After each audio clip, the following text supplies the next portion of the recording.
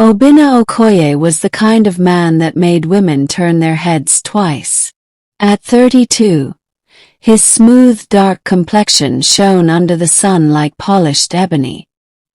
His neatly trimmed beard framed his chiseled jawline, and his deep-set eyes carried the promise of sweet lies. His hair, jet black and wavy, was always brushed to perfection, a symbol of the care he put into appearances, his own and the illusions he spun. Obinna had a secret, dangerous one. In the quiet village of Umudik, where gossip traveled faster than the harmattan wind, he was juggling not one, not two, but 3 sisters, Adaora, Ifeoma, and Chidiebere. Each of them believed they had his heart. Each of them thought they were the only one. Adaora, 29, was the eldest, fair-skinned with full dark braids that fell to her back. She was the responsible one, always thinking of her family before herself. Ifeoma, 27, was the firecracker, bold, daring, with short curly hair that bounced with every step. She never backed down from a challenge. Chidiebere, 25, was the quiet dreamer, soft-spoken, with caramel skin and long flowing hair like river waves. She believed in love, in fate, in happily ever afters. Obinna was careful. He gave each of them a different name. To Adaora he was Keen, the hard-working businessman. To Ifeoma he was Nonso, the mysterious traveler. To Chidiebere he was Emeka, the romantic poet. For months he played his game with precision, meeting them on different days, whispering sweet nothings, feeding their hearts with lies as if he were a master storyteller. But no secret stays buried forever. One fateful evening a storm was brewing, not in the sky, but in the hearts of the 3 sisters. And it all began with a single confession. The rain drummed against the thatched roofs of Umudik, sending tiny rivers through the narrow footpaths. In their father's old compound, Adaora, Ifeoma, and Chidiebere sat huddled under the dim glow of a lantern, their voices barely rising above the patter of raindrops. Adaora sighed, rubbing her temples. "I don't know what to do. My man has been acting strange." Ifeoma raised an eyebrow. "Strange how?" "He's been distant lately. One minute he's all loving and promising marriage. The next he disappears for days. I can't even reach him." Chidiebere, who had been quiet all evening, shifted uncomfortably. "That's funny. Emeka has been the same way with me." Ifeoma scoffed. "Emeka, that poet of yours. You should know men like that have many women." Chidiebere frowned. "He's not like that." Adaora shook her head. "Nonso isn't like that either, but lately he has changed."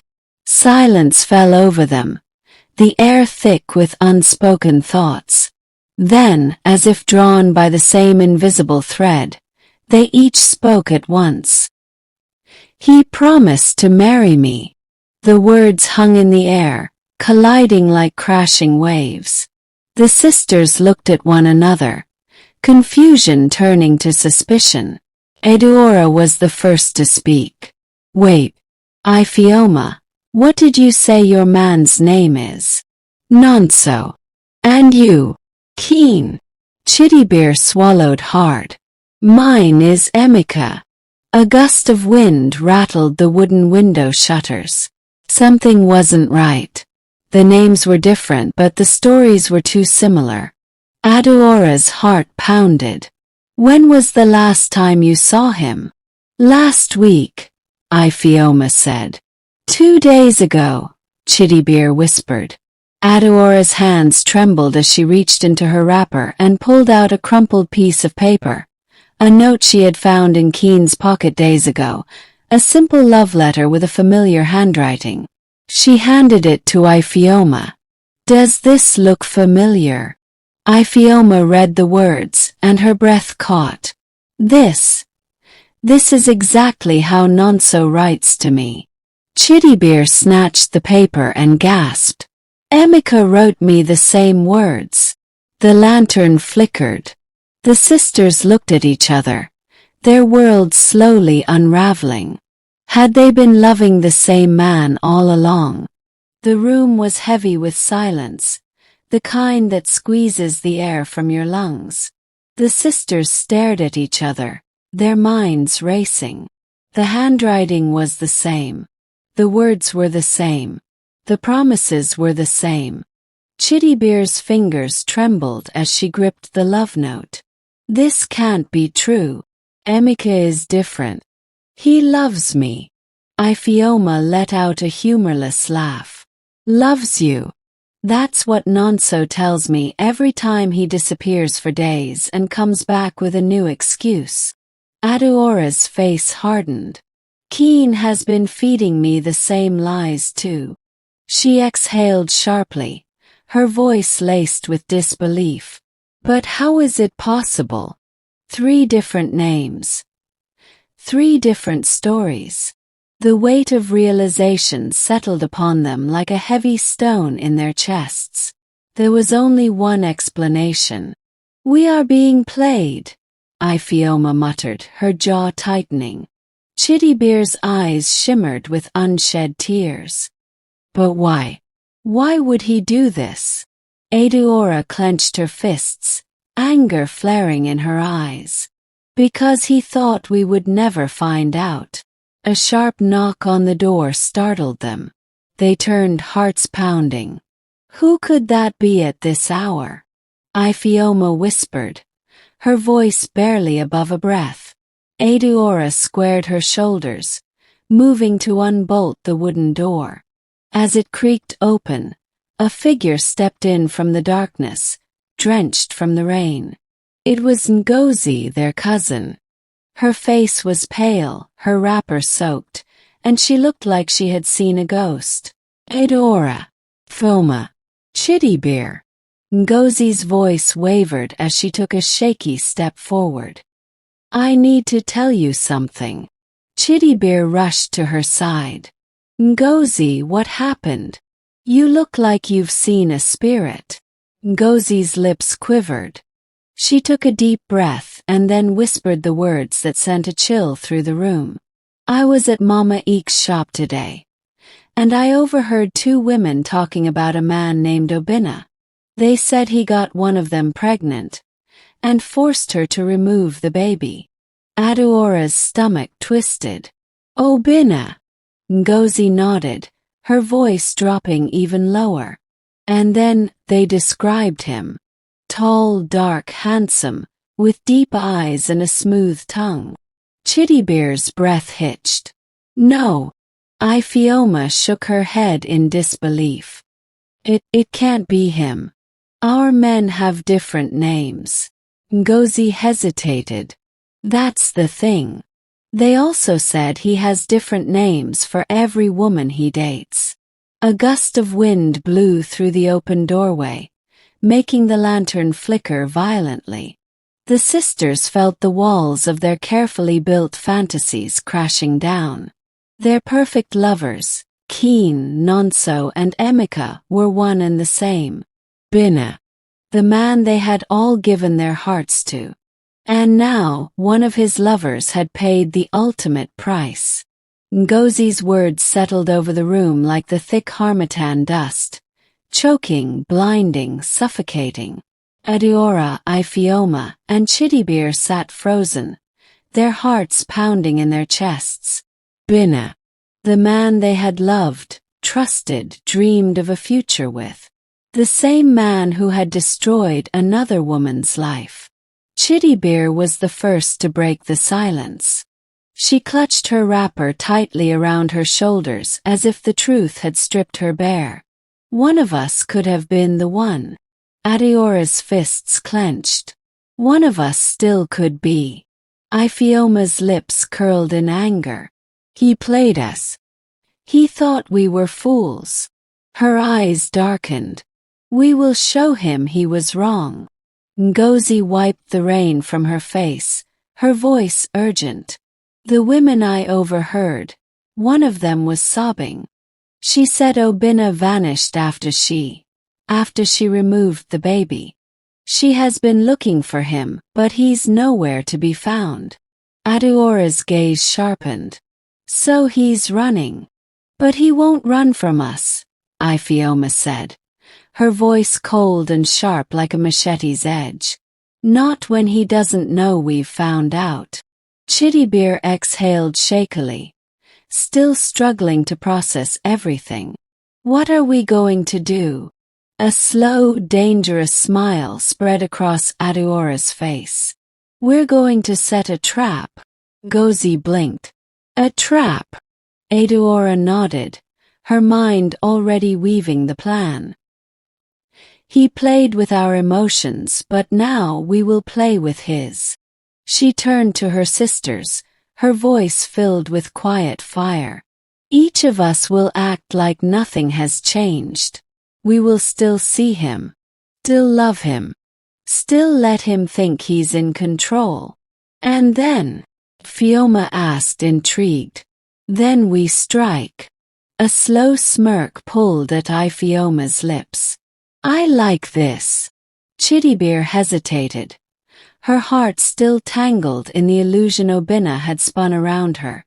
But, what if he truly loves one of us? What if we're wrong? Ifeoma scoffed. Wrong. The man gave us all different names, lied to our faces, made the same empty promises. Chidi, open your eyes. We were nothing but playthings to him. Chidiebere swallowed hard. Deep down she knew Ifeoma was right. But it hurt. Ngozi placed a gentle hand on her shoulder. Chidi, the moment he convinced that woman to end her pregnancy, he showed his true nature. He does not love anyone but himself. Chidiebere took a deep breath and nodded, her jaw tightening. Fine. I'm in. Adaora's eyes gleamed. Good. Now let's teach Obinna a lesson he will never forget. Outside the rain had stopped. But inside, a storm was only beginning. Obinna strolled through Yumudike's narrow paths with the confidence of a man who believed he had the world in his palm. The moon hung high, casting silver light over the village. He adjusted his shirt, a smirk playing on his lips. 3 women. 3 lives. 3 lies. And yet, none of them suspected a thing. Or so he thought. His first stop that night was Adaora's compound. He had missed her the past few days, and he needed to make sure she was still under his spell. She opened the door, her face calm, her eyes warm, too warm. He didn't notice the way her fingers dug into the doorframe before she let him in. OBM, she purred, using the pet name she had always believed was meant only for her. She touched his chest lightly, a touch that sent a shiver through him, not from pleasure but from something else, something unsettling. She was being too sweet. Have you missed me? She asked, tilting her head. Obinna grinned, pushing the unease aside. Always, my love. Adaora smiled, but it didn't quite reach her eyes. She knew. She let him stay a little while, let him hold her, whisper soft lies into her ears. But when he left, she was not the love-struck woman he thought he had just kissed goodnight. She was the hunter watching her prey walk into the trap. The next day, Ifeoma played her role just as well. She met Obinna at the village square, pretending to stumble upon him by accident. She let him wrap his arm around her waist, let him feed her the same sugar-coated lies he had fed her sister the night before. You've been distant, she pouted, her fingers tracing the edge of his collar. What's wrong? Work has kept me busy, my queen, he replied smoothly. If only he knew she had spent the night before, side by side with Adaora, crafting his downfall. She giggled, pretending to believe him. I just want to be the only woman in your life. Obinna chuckled, tucking a loose curl behind her ear. Of course you are. Liar. Ifeoma laughed with him, but in her mind, she was counting down the days to his reckoning. That evening, it was Chidiebere's turn. She met him by the stream, where he had often taken her for their secret rendezvous. The place that once felt like paradise now felt like a graveyard. Emeka, she whispered, forcing the name from her lips, pretending she didn't know the truth. Obinna touched her face, looking into her eyes with the same practiced look he had given her sisters. I've missed you. Chidiebere's stomach twisted, but she smiled. I was starting to think you didn't care. Obinna laughed softly, pulling her closer. I care for you more than anything. More lies. Chidiebere let him kiss her forehead, let him hold her close. But inside she was screaming. Soon he would know what it felt like to be played. And when that day came, there would be no escape. Obinna sat outside his small hut, stretching his legs as he chewed lazily on a stick of sugarcane. Life was sweet, just like the juice running down his throat. 3 women, 3 perfect illusions, all under his control. Or so he believed. But something was off. Lately, Adaora had been too gentle, too eager to please. Ifeoma had been too soft, laughing too easily, holding on to him as if she were afraid he would slip away. And Chidiebere. Something in her eyes had changed. It was subtle, like the shift in the air before a storm. Obinna shook off the feeling and grinned to himself. Maybe he was just overthinking. Women were always unpredictable. But just as he leaned back against the wooden post, a voice broke his thoughts. Obinna! His body stiffened. No one in Umudike called him by that name. Not Adaora. Not Ifeoma. Not Chidiebere. Slowly he turned. Ngozi stood a few feet away, her arms folded across her chest, eyes sharp as a hunter's blade. A slow smile curved his lips. Ngozi, to what do I owe this unexpected visit? She didn't return the smile. I know what you've been doing. Obinna's heartbeat faltered, but only for a second. He leaned forward, resting his elbow on his knee. And what exactly have I been doing? Ngozi stepped closer, lowering her voice. Playing games with my cousins. Feeding them the same sweet lies while you move from one bed to another. Obinna chuckled. That's a strong accusation. Ngozi's eyes darkened. Is it? She pulled something from the folds of her wrapper and tossed it at his feet. Crumpled letter. Obinna's stomach tightened as he recognized his own handwriting. But before he could speak, she threw another. And another. Love notes. All written by him. But addressed to 3 different women. Ngozi smiled, but there was no humor in it. Ifeoma has one just like this. So does Adaora. And Chidiebere. Obinna's tongue felt heavy in his mouth. He had been careful. How had they found out? He forced a laugh, leaning back again. Ngozi, you and I both know women like to create stories in their heads. Maybe my letters look similar, but I spoke to the girl you got pregnant. Silence. The words hit him like a knife to the chest. He gripped the wooden post tightly, but his smile didn't waver. I don't know what you're talking about. Ngozi tilted her head. You don't. Obinna said nothing. His mind raced, trying to think of an escape. Ngozi took another step forward. She was looking for you. She wanted answers. She wanted to know why the man who swore to love her disappeared after making her remove a baby. Obinna swallowed.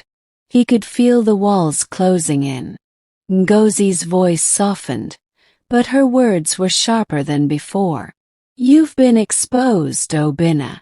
And very soon, you're going to regret every single lie you've ever told. She turned and walked away, leaving him sitting there, heart pounding, mind spinning. For the first time, fear crept into his bones. The game he thought he was winning was about to turn against him, and he had no idea what was coming next. Obinna sat in the darkness of his hut, gripping a cup of palm wine he hadn't touched. His mind raced like a trapped animal, searching for a way out.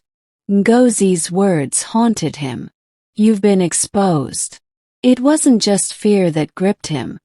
It was the realization that the sisters had been playing along, smiling at him, touching him, acting like they still believed his lies. And he had fallen for it. A slow, bitter laugh escaped his lips. They thought they were clever, that they could outsmart him. Well, he wouldn't go down so easily. Obinna was no fool. He had survived this long by being 2 steps ahead, and he wasn't about to let a group of women bring him down. His first thought was to leave Umudike, vanish into the night before things got worse. But something held him back. His pride. Well, he wouldn't run. Instead, he would regain control. First, he needed to know how much they had figured out. The next morning, he went to see Chidiebere. She was sitting outside, weaving a basket, but her hands stilled when she saw him. Second too long. Obinna smiled. My love. She hesitated before standing up, forcing a small smile. Emeka, you didn't say you were coming. He stepped closer, watching her carefully. I wanted to surprise you. She didn't move. Usually, she would have melted into his arms, but now there was distance. Obinna brushed a finger down her cheek. Are you okay? You seem distracted. Chidiebere's lashes fluttered. I just have a lot on my mind. He tilted his head. About what? She bit her lip, a nervous habit he had come to know. Nothing important. Obinna smiled and took her hands. Come, let's go to the stream just like old times. Chidiebere hesitated again. Another crack in the illusion. I can't. I promised Adaora I would help her with something. Obinna's smile froze. Adaora. The same woman who had been clinging to him just days ago, whispering sweet words. Obinna's heart pounded. They were talking to each other. And they were talking about him. That evening he went to Ifeoma. Unlike Chidiebere, Ifeoma didn't even bother pretending. She was sitting under the udala tree, her legs crossed, watching the sunset. When Obinna approached, she barely looked up. Ifeoma, he said smoothly, calling her by the pet name she once loved. She scoffed. Since when? Obinna's stomach twisted. This was bad. He forced a chuckle. What's wrong? Who has offended my queen? Ifeoma turned to him slowly, her dark eyes gleaming with something dangerous. You! Obinna swallowed. Me. What have I done? She leaned in, so close he could see the fire in her gaze. You tell me, Nonso. His entire body went cold. She never called him Nonso. She was playing with him. They all were. For the first time in his life, Obinna felt something he had never truly experienced before. Panic. The noose was tightening, and he was running out of time. Becomes the hunted. Obinna walked away from Ifeoma's compound with his heart pounding against his ribs. His palms were sweaty, and for the first time in his life, his smooth tongue had failed him. They knew. Not just a suspicion, they knew. And yet, they had said nothing outright. They were toying with him. The realization sent a chill down his spine. He had always been the one in control, the one pulling the strings, the one whispering lies and slipping away before the truth could catch up. But now, the game had turned against him. That night, as he lay on his bamboo bed, staring at the wooden ceiling of his hut, he tried to think of his next move. His first thought was to pick one of them, Adaora, Ifeoma, or Chidiebere, and convince her that the others were lying. Maybe if he played his cards right, he could turn them against each other. But the way Ifeoma had looked at him today. No, that wouldn't work. His second option was to disappear. Leave Umidike before things got worse. But the thought of running, of vanishing like a coward, made his stomach churn. Obinna never ran. Instead, he would outsmart them. The next morning he made his move. He went to Adaora first. Her compound was quiet when he arrived, and she was outside, pounding yam in a mortar. She didn't look up when he approached, but he saw the stiffness in her shoulders.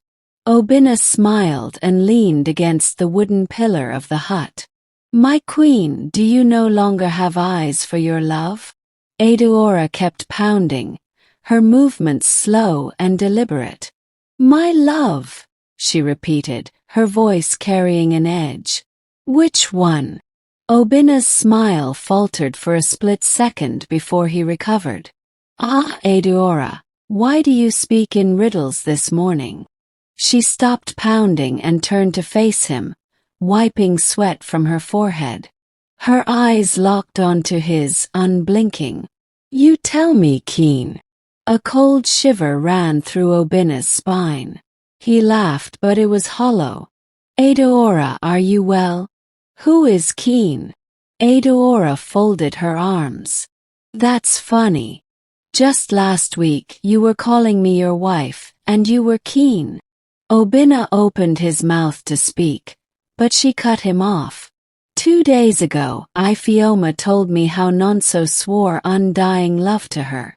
She took a step closer, lowering her voice. "And Chidiebere. Chidiebere almost ruined her life for a man named Emeka." Obinna felt his stomach drop. She smiled then, but it wasn't the soft, adoring smile she used to give him. This one was sharp, dangerous. "You should have been smarter, Obinna," she whispered. Before he could respond, a voice called out from behind him. "Obinna!" He turned sharply. "Chidiebere." Then another voice. "I think it's time we talked." Ifeoma. Obinna's pulse roared in his ears as he watched all 3 sisters step forward, their expressions unreadable. They weren't just confronting him. They had planned this. For the first time in his life, Obinna felt like a trapped animal. The hunter had become the hunted. Obinna's throat went dry as Adaora, Ifeoma, and Chidiebere stood before him, blocking any path of escape. The air between them crackled with unspoken words, with the weight of betrayal hanging over them like a storm cloud ready to burst. He forced a smile, trying to keep his voice smooth. "Ah, my queens, why do you all look at me like this? Have I offended you in some way?" Ifeoma folded her arms. "You tell us, Nonso." Chidiebere stepped forward, tilting her head. "Or should I say Emeka?" Adaora let out a humorless chuckle. No, I believe it's Keen." Obinna felt a bead of sweat trickle down his back. They knew. They knew everything. And yet, none of them had raised their voices. None of them had started screaming or attacking him. That was what scared him the most. They had planned this. Obinna cleared his throat. "I think there has been a misunderstanding." Adaora raised an eyebrow. "A misunderstanding?" So tell me, Obinna, which part did we misunderstand? The part where you gave us different names? The part where you fed us the same lies? Or the part where you got a woman pregnant and abandoned her? Obinna's fingers twitched. I met her, Chidiebere interrupted, her voice tight with anger. The girl you ruined. She told me everything. Obinna's mind spun wildly. Which girl? Which story had caught up with him?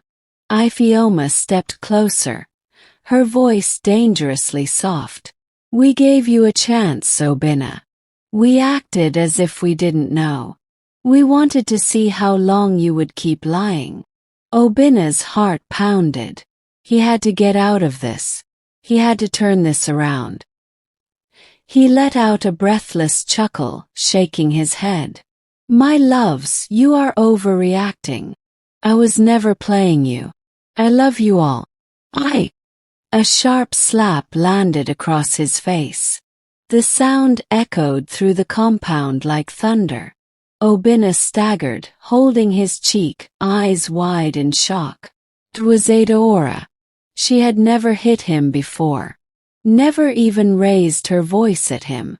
But tonight, her eyes were burning with something he had never seen before. Hatred. She leaned in close, her voice trembling with fury. You don't get to lie your way out of this. Obinna's lips parted, but before he could speak, Ifeoma yanked a folded piece of paper from her wrapper and threw it at his feet. Another letter. His own words, staring back at him like a curse. We kept them, she said. Every single letter. Every single promise. And do you know what's funny, Obinna? Chidiebere smiled coldly. They all say the same thing. Obinna's breath came in short, shallow gasps. He was trapped. The smooth talk, the lies, the charm. None of it would save him now. Adaora straightened, fixing her wrapper. We won't lay a finger on you, Obinna.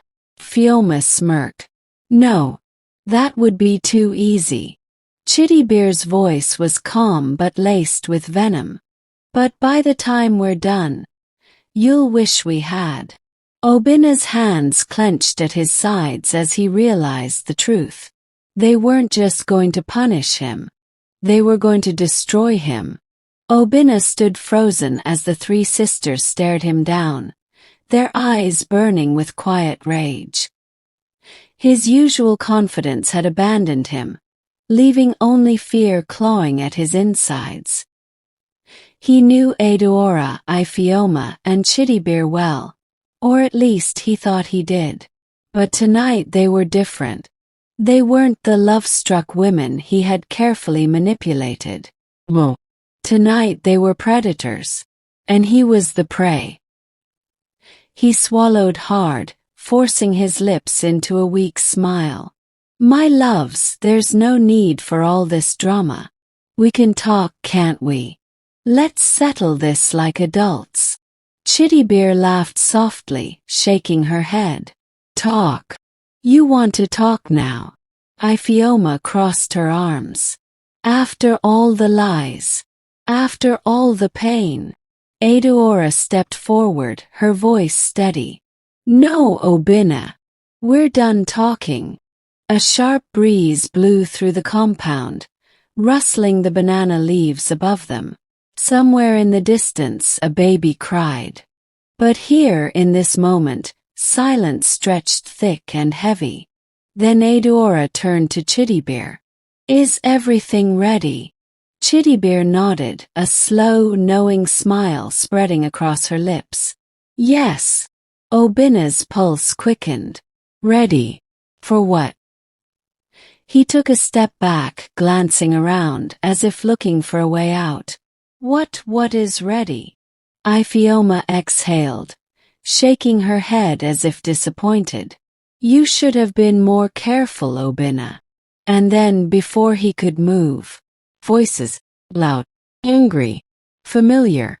Obinna turned just in time to see half the village marching into the compound. Women. even some elders. And leading them was Ngozi. Obinna's blood ran cold. She had been the one to expose him. Ngozi, Adaora, Ifeoma, and Chidiebere had worked together. They hadn't just caught him, they had set him up. And now, the whole village knew.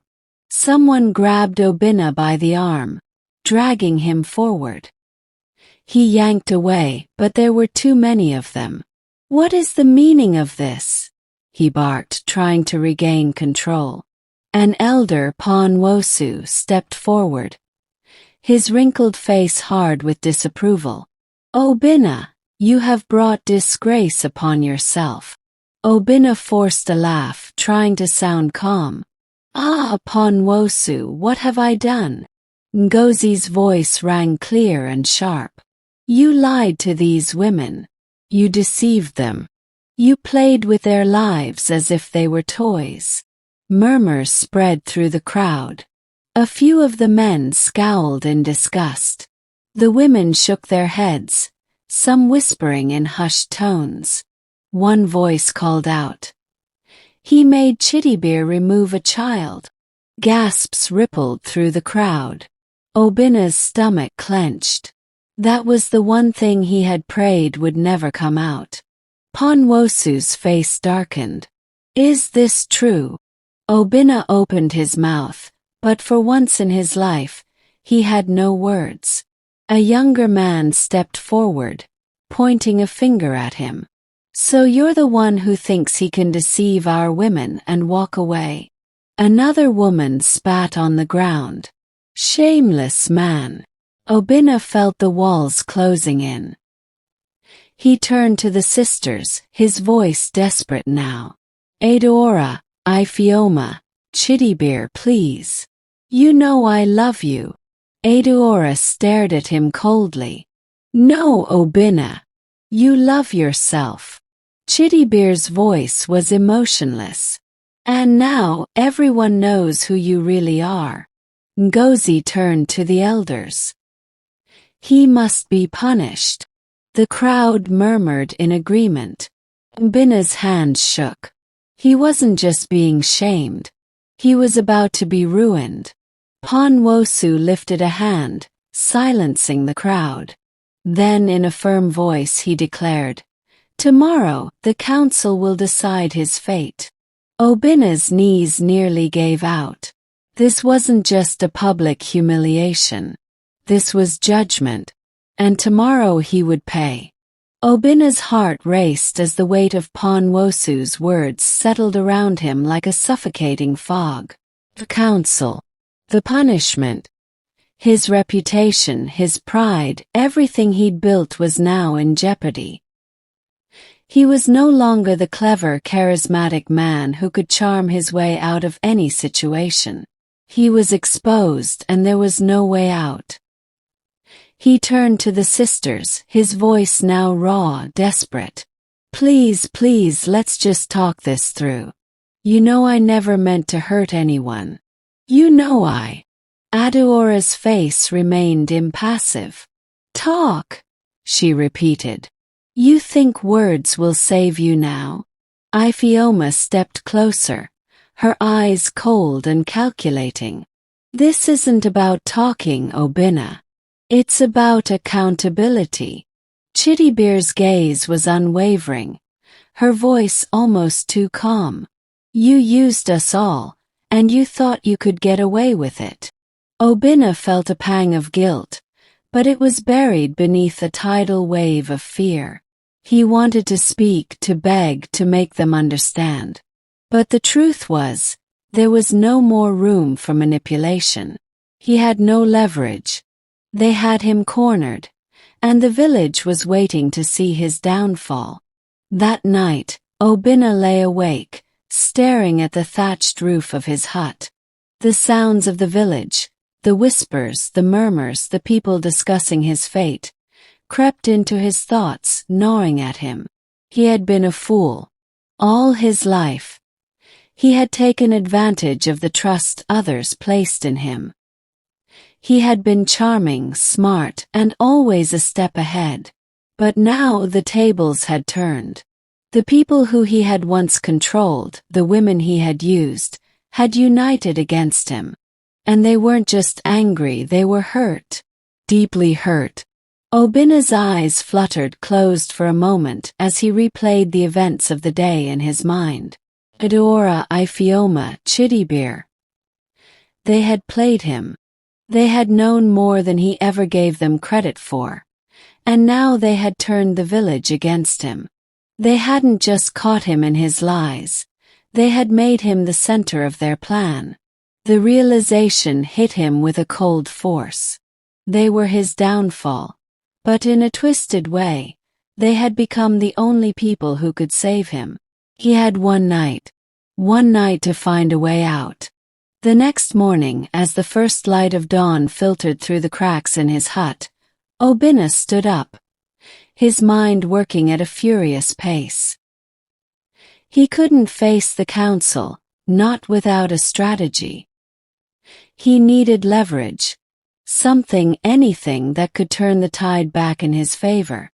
His first instinct was to find Ngozi. She had been the catalyst for his exposure, the one who had pushed the sisters to confront him. If he could manipulate her, turn her against the others, he might have a chance. But then, as he thought of the events that had unfolded over the past few days, a darker thought crossed his mind. What if the sisters had known all along? What if they had planned this trap from the very beginning? Obinna's chest tightened. There was no longer any room for doubts. His time was running out. The council gathering was held under the large Iroko tree at the center of the village. Elders and prominent members of the community sat in a wide circle, their expressions grave. The villagers stood nearby, murmuring quietly to one another, eager to witness Obinna's fate. As Obinna stepped forward, he was met with stares, some sympathetic, most filled with contempt. His knees felt weak, and for the first time in his life, he felt like the smallest man in the room. Nwosu stood as the head of the council, his voice steady and commanding. Obinna, you have been summoned here today to answer for your actions. It has been made clear that you deceived the women of this village, and many others. We demand an explanation. Obinna swallowed hard, but his mind was blank. This was it. There was no more smooth talking, no more pretending. He could see the anger in the eyes of those around him. The women had spoken. The men had listened. And now, the villagers had come to demand justice.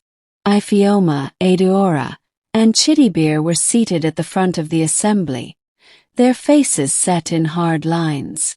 They had played their parts well, and now it was time for Obinna to face the consequences of his actions. Nwosu raised his hand, signaling for silence. We have all heard the stories of Obinna's deceit. But today we will hear from the women. Adaora, Ifeoma, Chidiebere, you have the floor. The sisters rose one by one, each of them taking a moment to look at Obinna before speaking. Adaora was first. I gave him everything, my love, my trust. He promised me the world. But in return I was just another conquest. He called me his wife, but those were just words. He used me.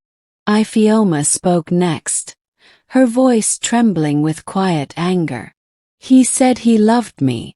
He made me believe that I was the only one. But it was all lies.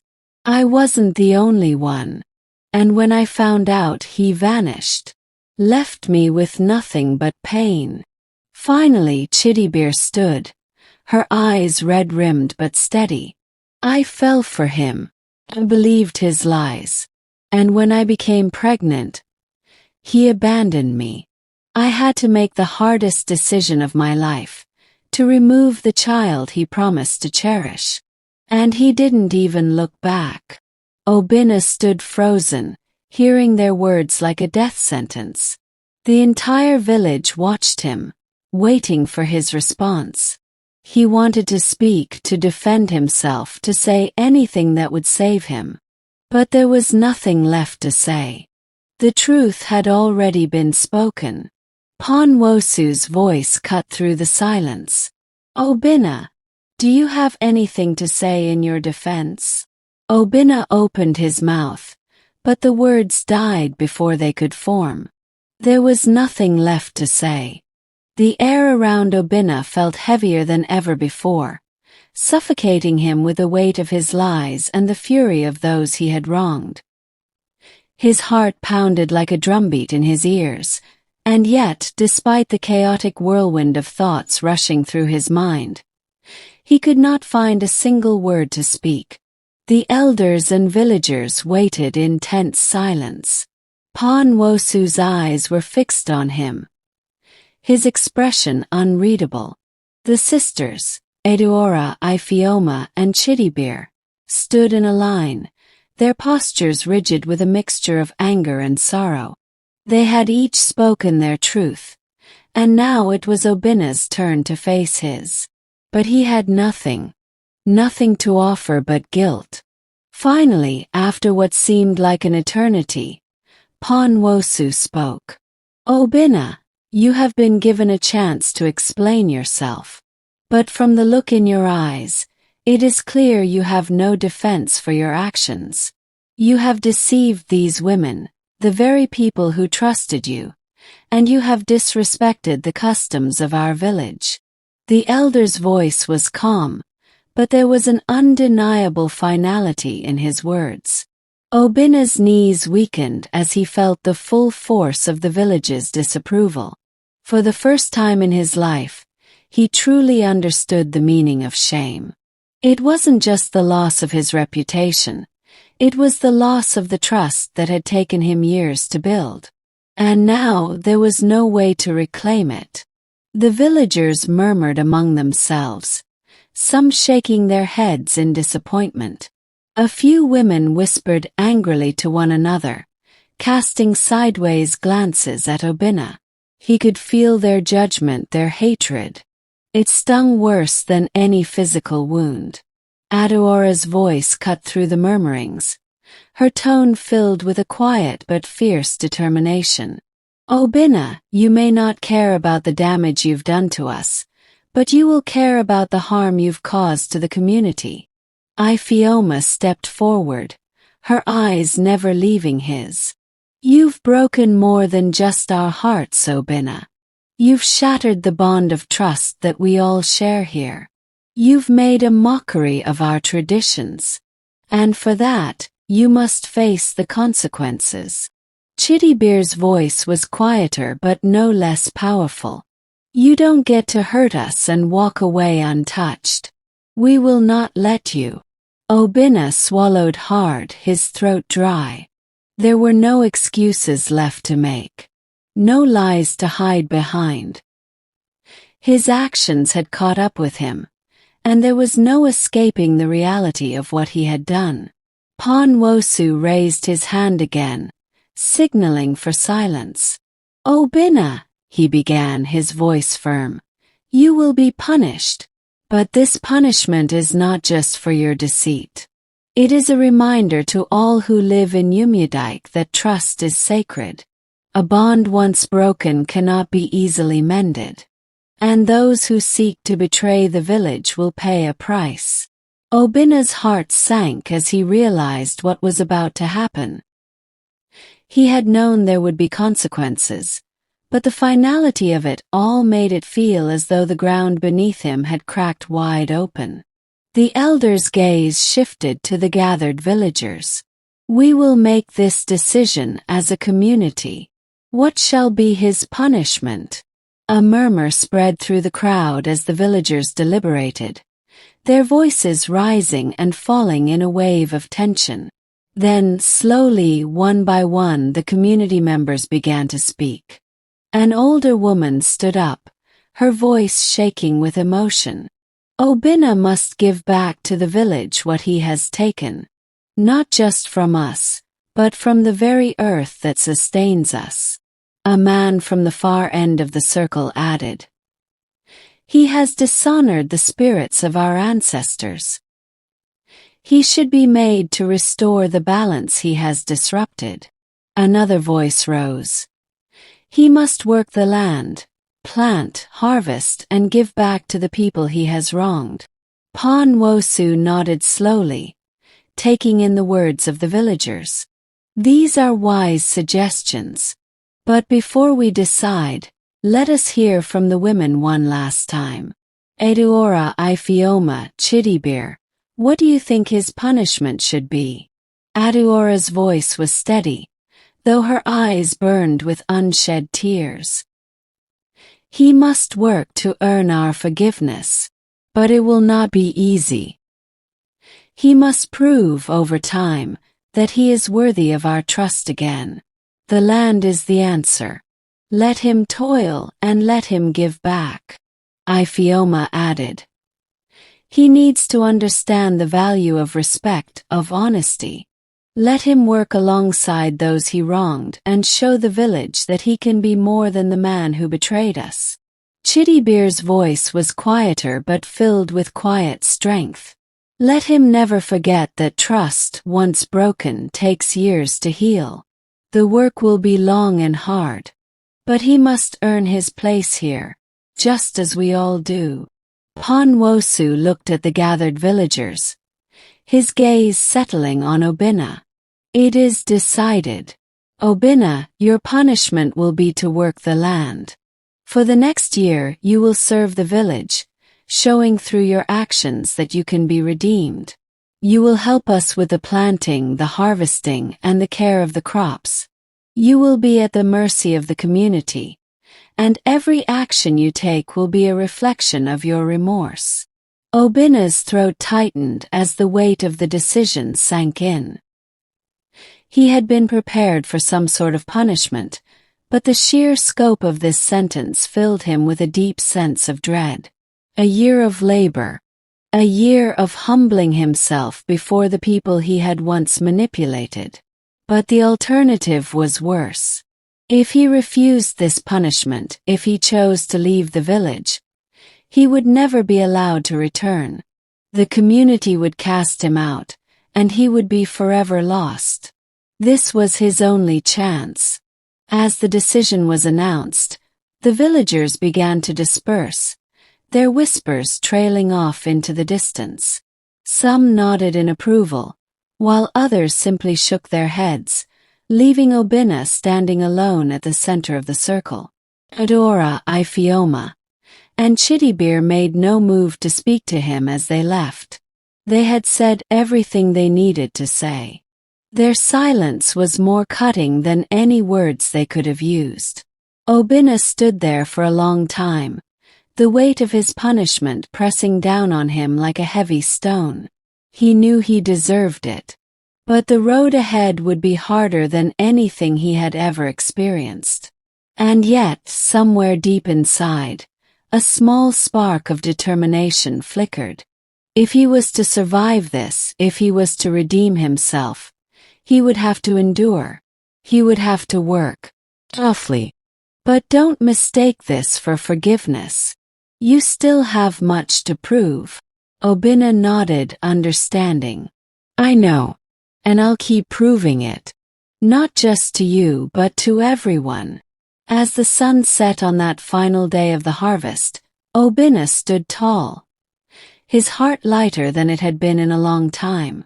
Redemption was no easy path. It was not something he could earn in a single year, nor something he could expect from anyone. But it was a start, a new beginning. And as he looked out over the land he had worked so hard to restore, he knew that no matter the outcome, he had learned the most important lesson of all. True strength was not in how he deceived or charmed others, but in how he faced the consequences of his actions and fought for a better tomorrow. And that, he knew, was only the beginning of his journey. The following days in the village passed in a blur for Obinna. The once proud man who had effortlessly navigated the delicate webs of affection and manipulation now found himself at the mercy of the community. The air felt heavier with each passing hour, the heat of the sun pressing down on his shoulders as he toiled in the fields. Every day, he woke up before dawn, his muscles sore from the grueling work, his hands rough from the constant labor. It was a far cry from the life he had known. Each time he lifted a hoe or shoveled dirt, he remembered the faces of Adaora, Ifeoma, and Chidiebere. The hurt in their eyes, the anger in their voices, the pain that radiated from every word they had spoken. He felt it all, and as he worked, the gravity of his actions weighed on him more than any physical exhaustion ever could. The villagers were watching him closely. They whispered as they went about their daily routines, casting sidelong glances in his direction. Some spoke of forgiveness, while others remained distrustful. No one was certain if he would truly change. And why should they? He had proven to them all that his charm was just another form of deceit. Now he had to show them that he was capable of something more. Days turned into weeks, and weeks into months. Obinna's work in the fields became the sole focus of his existence. There were no more late-night meetings with the sisters. No more smooth talking his way through problems. The village had become his judge, and the land was his jury. At night, when he lay in his hut, exhausted to the bone, his thoughts would turn to the women he had wronged. The images of their faces haunted him. Adaora's cold stare, Ifeoma's quiet sorrow, Chidiebere's distant pain. He knew that even though the villagers had decided to forgive him, there was no easy way to make amends with them. One evening, as the sun dipped below the horizon, casting an orange glow over the village, Obinna sat by the edge of the river, his feet dangling in the cool water. He hadn't seen Adaora, Ifeoma, or Chidiebere in weeks. They had kept their distance, just as he had kept his. He had no right to approach them, no right to ask for their forgiveness. But in the quiet of the evening, a thought began to form. What if he had been wrong all along? What if redemption didn't just come from hard work or appeasing the villagers? It came from facing the women he had hurt, looking them in the eyes, and proving that he was truly sorry. The next morning, Obinna made his decision. He would go to them. He would face them, not as the man they once knew, but as someone who had seen the cost of his actions and was willing to accept whatever consequences they chose to impose on him. He found them gathered near the village square, speaking quietly among themselves. Adaora was the first to notice him, her gaze narrowing as she saw him approach. Ifeoma and Chidiebere turned to look at him as well, their expressions unreadable. Obinna stopped a few feet away from them, taking a deep breath. "I've come to apologize," he said quietly. His voice was rough from the constant labor, but there was sincerity in his words. Adaora crossed her arms, her eyes still guarded. "And what makes you think we want to hear your apology?" she asked, her tone sharp. Obinna swallowed, his throat tight. "I don't expect forgiveness. I don't even expect you to listen. But I've realized something. All this time I was only thinking about myself. I used you, lied to you, and made you believe I was someone I wasn't. And for that, I am truly sorry." Ifeoma stepped forward, her voice soft but firm. "Sorry doesn't erase the pain, Obinna. It doesn't undo what you've done." Chidiebere's eyes met his, the depth of her hurt reflected in her gaze. "You took something from us, Obinna. Something we can never get back." Obinna lowered his head, his heart heavy. "I know. I don't expect you to forgive me. But I hope with time you'll see that I'm trying to make things right." Adaora's eyes softened just a fraction, but her voice remained steady. Making things right won't be easy. It's not just about working the land or earning back the villagers' trust. It's about showing us who you really are. Obinna nodded, his eyes searching each of their faces. I will. I'll show you. I'll prove it to you. But if you ever find it in your hearts to forgive me, I'll be grateful. Even if you don't, I'll keep working, keep trying to be better. For you, for the village, for myself. There was a long silence as the three women looked at him, each of them processing his words. Finally, Chidiebere spoke, her voice quiet but steady. We don't forgive easily, Obinna. But if you're truly changed, if you're really trying, we'll see it in your actions, not just your words. Ifeoma nodded in agreement. We'll see what kind of man you've become, Obinna. Adaora gave a small, almost imperceptible nod. Time will tell. And so, Obinna's journey continued. The year of hard labor was not over, but with each passing day, he felt a shift within himself. It wasn't just the physical work that was changing him. It was the internal struggle to confront his flaws, to acknowledge the harm he had caused, and to make a conscious choice to be better. The villagers began to notice the difference in him. No longer the charming, manipulative man he had once been. Obinna was now focused on earning his place through humility and service. Slowly but surely, the whispers of disapproval began to fade. One evening, as Obinna worked the fields beside the village elders, Nwosu approached him, his face thoughtful. Obinna, you have worked hard. I see the change in you. But it is not for me to decide if you are forgiven. That is for the women and the village to decide. Obinna nodded, wiping the sweat from his brow. I understand. I will keep working, Nwosu. I will keep trying. The elder smiled faintly. Keep at it, my son. Redemption is not given. It is earned. Months passed, and as the harvest season drew near, the people of the village began to speak of Obinna's transformation. The work he had put in had not only earned the respect of the villagers, it had slowly begun to heal the wounds of the women he had wronged. One fateful afternoon, as Obinna worked beside Adaora in the fields, she paused and looked at him. For the first time in months, there was no anger in her eyes, only something that resembled tentative hope. You've changed, Obinna, she said softly. But don't mistake this for forgiveness. You still have much to prove. Obinna nodded, understanding. I know, and I'll keep proving it. Not just to you, but to everyone. As the sun set on that final day of the harvest, Obinna stood tall, his heart lighter than it had been in a long time. Redemption was no easy path. It was not something he could earn in a single year, nor something he could expect from anyone. But it was a start, a new beginning.